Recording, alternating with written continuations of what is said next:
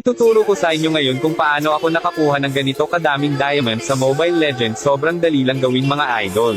First, download mo yung Nebele sa Play Store.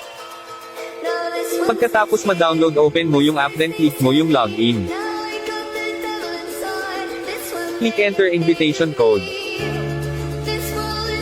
Then enter this code. Tapos punta ka sa home at magbasa ng 10 articles. Click start reading. Then mag-scroll ka hanggang mapuno yung points nasa taas. Huwag kang tamad kung gusto mo magka-diamonds ng libre. Tapos click mo yung redeem. Mag-enter ka ng pangalan mo sa ML ID and server para ma-claim mo yung diamonds. Then open mo na yung Mobile Legends app mo. At ito na lahat nakuha kong diamonds sa Nebele at sobrang dali lang gawin mga idol at sobrang legit talaga. At dahil nakakuha ako ng maraming diamonds sa ML, mamimigay ako ng skin sa mga nag-react ng heart, follow at share nitong video natin. Comment ML ID nyo para mabigyan ko kayo ng skin or diamonds.